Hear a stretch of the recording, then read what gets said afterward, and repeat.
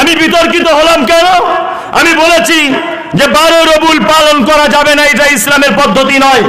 হযরত মুহাম্মদ সাল্লাল্লাহু আলাইহি ওয়াসাল্লাম ওনার কবর রয়েছেন মদিনা মুনাওয়ারাতে। মদিনাতে 10,000 সাহাবীর কবর রয়েছে। 10,000 সাহাবীর কবরের উপরে এক জায়গাতেও চাদর চড়ানো নেই। তারা কোনোদিন 12 রবিউল আউয়াল মানালো না, তারা কোনোদিন 40 করলো না, তারা কোনোদিন ঔরস বানালো না। হুজুর, তুমি যে তোমার বাপের উপরে চাদর চাপিয়ে মানুষের কাছে টাকা ইনকাম করছো, এটা আবার কেমন করে হয়? হুজুরের বইয়ের ভিতরে লেখা আছে, কি লেখা আছে? যে কোথাও যদি পাকা কবর কেউ দেখতে পাও, অবশ্যই প্রয়োজনে পাকা কবরটা ভেঙে দিও। উঁচু কবর যদি কোথাও দেখতে পাও, অবশ্যই উঁচু কবরটা ভেঙে দিও। হুজুর আজ থেকে 172 বছর আগে বলে গেছে এই কথা। নেন, এবার কি করবেন করুন। বেদাত মারাত্মক ভয়ঙ্কর জিনিস।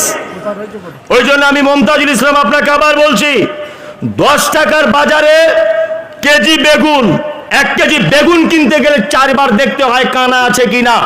আপনি একটা আমল করে জান্নাতে যেতে চাইছেন, অথচ সেই আমলটা হযরত মুহাম্মদ সাল্লাল্লাহু আলাইহি ওয়াসাল্লাম করেছিলেন কিনা এটা জানার প্রয়োজন নাই। 10 টাকার বেগুন কিনতে গেলে তোমার দেখার প্রয়োজন হয়, আর একটা আমল করে জান্নাতে চলে যেতে চাইছো, ফেরদাউস জান্নাতে, ওটা দেখা লাগবে না? যে আল্লাহর নবী, সাহাবা, তাবিঈগণ কেউ করেছিলেন কিনা দেখা লাগবে কি লাগবে না? আহলে হাদিসদেরকে আহলে খবিস বলছো, শোনো, এই মমতাজুল ইসলাম একটা নতুন সংগঠন খুলছে। নতুন সংগঠন, যেমন ওইদিকে নাম দিয়েছে আইএসএফ, আমিও নতুন করে নাম দেবো ভাবছি, নাম দেবো পিইউসি, মানে পীর উচ্ছেদ কমিটি। কি বলছি বুঝতে পারছেন না? কারা কারা আমার দলে থাকবেন হাতটা তুলুন তো।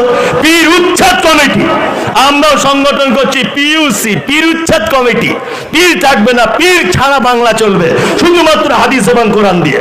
ঠিক কিনা বলুন? হাদিস এবং কোরআন দিয়ে চলবে, আর কিছু দিয়ে চলবে না। বন্নামের জায়গা পাও না।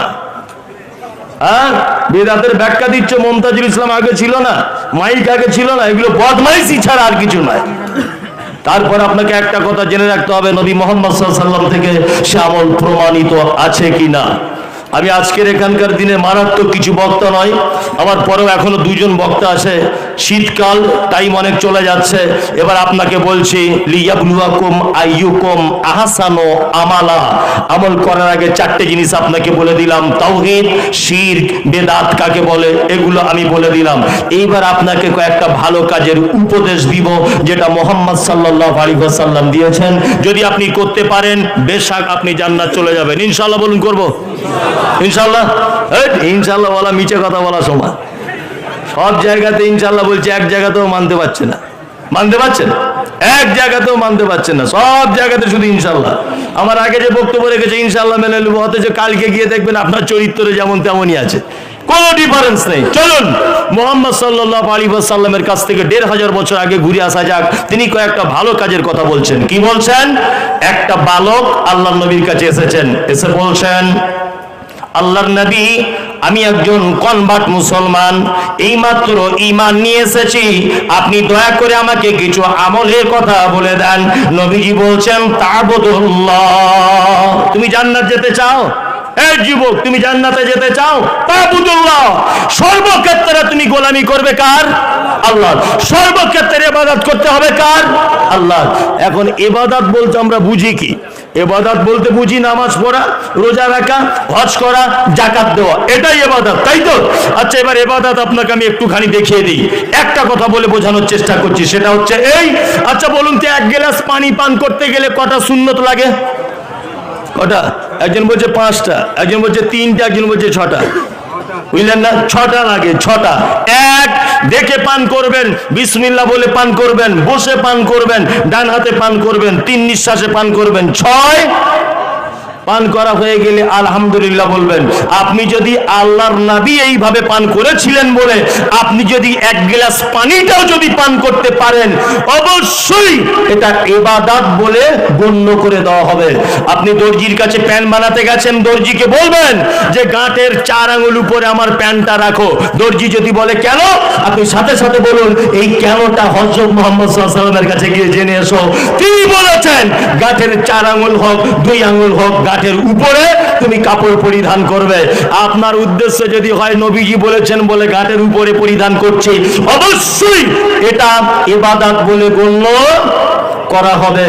নাম্বার 2, ওয়ালা তুশরিক বিহি শাইআ, তুমি যদি জান্নাত যেতে চাও কখনোই যেন আল্লাহর সাথে কাউকে শরীক করে দিও না। 3 ওয়া তুকিমুস সালাতিল মাকতুবাতা, তুমি ফরজ নামাজ কখনোই ছেড়ে দিও না, ফরজ সালাত ছেড়ে দিও না। আমরা মাঝে সাঝে ছাড়ি না, ফরজ নামাজ পড়ি, সবাই পড়ি না। অনেক মানুষ আছে শুধু জুম্মার দিনে পড়ে, আবার কিছু মানুষ আছে তারা এত বদমায়েশ, ইমাম সাহেব তো বলে মৌলভী সাহেব আমার নামটা একটু খাতায় তুলে দিবেন, মানে এই যে ইমাম সাহেবরা বলে যে আজান হলে ফেরেশতারা খাতা গুটিয়ে দেয়, বুঝলেন না, আর কারোর নাম এন্ট্রি হয় না, তাই কিছু লোক বদমাইশি করে বলছে আমার নামটা একটু তুলে দিবেন, যেতে একটু দেরি হবে।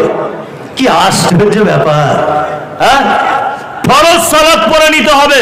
4 যাকাতের নিসাবে চলে এলে যাকাত দিয়ে দিতে হবে। 5 মক্কা থেকে ফেরত আসার মতো টাকা যদি আপনার কাছে থাকে অবশ্যই আপনাকে একবার হজ করে নিতে হবে। এটা হচ্ছে জান্নাতে যাবার ভালো আমল। 5টা কাজ বলে দিলাম, তাই তো? এইবার একটা আশ্চর্যজনক ভালো কাজ আপনাকে বলে দিচ্ছি, সেটা হচ্ছে এই, এখনো 2জন বক্তা আছে, আমি বিস্তারিত বক্তব্য রাখার প্রয়োজন মনে করছি না। সেটা হচ্ছে এই, বলুন তো সারা পৃথিবীতে যত দানের জায়গা আছে, সারা পৃথিবীতে যত ভালোবাসার জিনিস আছে, ভালো কাজ বলছি আমি, সব থেকে ভালোবাসার জিনিস তার নাম কি? বাবার মা। এবার বলুন পৃথিবীতে যত জায়গা আছে দান করার, মাদ্রাসা, মসজিদ, মক্তব, জি এতিমখানা, অনাথ আশ্রম, যত জায়গা আছে, আচ্ছা বলুন তো দেখি সব থেকে উত্তম দান করার জায়গা কোনটা? মসজিদ। অনেকজন বলছেন মসজিদ, মানে যে যেটা বুঝেছে। অনেকজন বলছে মাদ্রাসা। জি, তাহলে কোরআনের কাছে যাওয়া যাক, কোরআন কি বলছে সব থেকে উত্তম দান কি? এটা ভালো কাজ বলে দিচ্ছি আপনাকে আমি, কয়েকটা ভালো কাজ, তার মধ্যে এটা একটা ভালো কাজ। কি? আচ্ছা আপনাদের বীরভূম জেলাতে এটা হয় কি জানা নেই, অনেকদিন বীরভূম ছেড়ে দিয়েছি এই কারণে, আপনার গ্রামে একটা লোকের 4টে বেটা। আচ্ছা বুড়ো বয়সে আব্বারা কেমন করে বেটাদের কাছে ভাত খায়? ইমাম সাহেবের মতো, তাই না? ইমাম সাহেবের মতো, আল্লাহু আকবার, আল্লাহু আকবার। ইমাম সাহেবদের মতো ভাত খায় পালি সিস্টেমে। 15 দিন করে পালি চলছে, 16 দিন হয়ে গেল, তখন বৌমা মিষ্টি করে বলছে আমাদের তরকারি কি খুব মিষ্টি, ছেড়ে মন যেতে চায় না। আবার পোতারা মিষ্টি করে বলছে, কি বলছে? দাদু তুমি কি ক্যালেন্ডার দেখে খেতে পারো না, আজকে 27 তারিখ হয়ে গেল। কি আশ্চর্য ব্যাপার, এই অবস্থা কেন? এই অবস্থা কেন? আল্লাহু আকবার, এই অবস্থা কেন? জি, আপনি এলেম বাজার আসছিলেন দেলোড়া গ্রাম থেকে, মৌলানা নুরুল ইসলাম সাহেব আছেন, আমার অনেক দিনের শিক্ষক, বাপের তুল্য মানুষ। তা ওনার গ্রাম থেকে উনি ওনার বেটাকে নিয়ে আসছেন কোথায় না এলেম বাজারে। আসার সময় ওনার বেটা মনিরুল খুব তখন ছোট, 2 বছর 2.5 বছর বয়স, সাইকেলে বসে বসে জিজ্ঞাসা করছে, আর বলছে আব্বু এটা কি গাড়ি গো? বলছে এটা মারুতি। এটা কি আম? বলছে এটা হিমসাগর। এটা কি ফুল? বলছে এটা গোলাপ ফুল। বলছে এটা কে গো? বলছে তোমার মামাতো ভাই। এটা কি গো আব্বা? বলছে এটা পটল। এটা কি ফুল? এটা গাঁদা ফুল। আলমবাজার থেকে যাওয়া আসা পর্যন্ত মোটামুটি 200টা প্রশ্ন করেছেন। তা মাওলানা বাড়িতে গিয়ে ওনার স্ত্রীকে বলছেন, দেখো আমাদের মনিরুল কথা বলতে শিখে গেছে গো, হ্যাঁ আপেলটা ভালোভাবেই বলতে পারছে, আপেল। আবার বলছে পটল, সাংঘাতিক আনন্দের ব্যাপার, তাই না? ওই মাওলানা একদিন বুড়ো হয়ে গেল, খেতে বসেছেন, চোখে কম দেখেন, কানে কম শোনেন।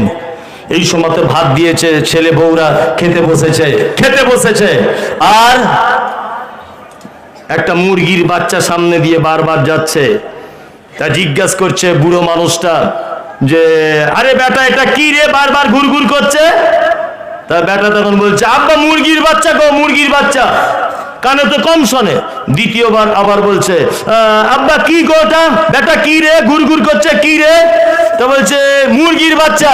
আবার শুনতে পেল না, 3বারের মতো আবার বলছে আরে কি রে বারবার আমার ভাতের পাশে ঘোরাঘুরি করছে, কি রে?